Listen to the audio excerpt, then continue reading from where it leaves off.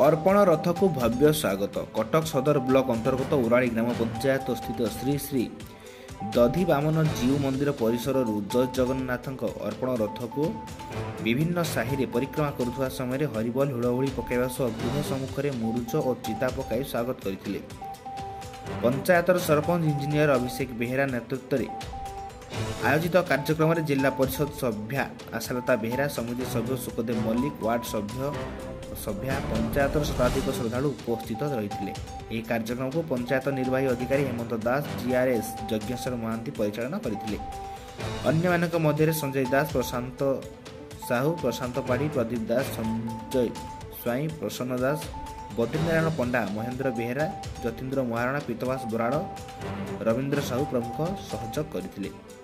कटकरू किरण कुमार बेहेरा का रिपोर्ट, सठिक खबर। आज जो रथ जाऊँगी से विषय कौन भाई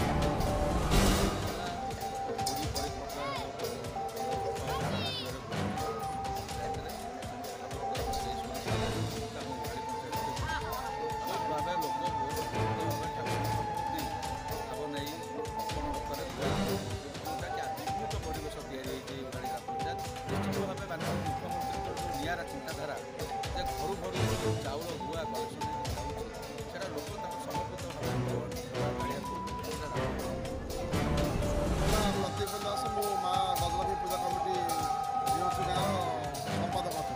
आज जो रथ आसी से विषय कौन कहे गाँव में आम माहौल देखा उराली ग्राम पंचायत इंटर बुली एत भल लगा खुशी लगुच लोक मैंने स्वतस्फूर्त भाव आज दर्शन कर खुशी खुशी मन में गुआ चाउल बर्तन दान कर आनंद उल्लास कर सतरे कि मैंने गोटे आध्यात्मिक चेतना समस्त मध्य भरी देती।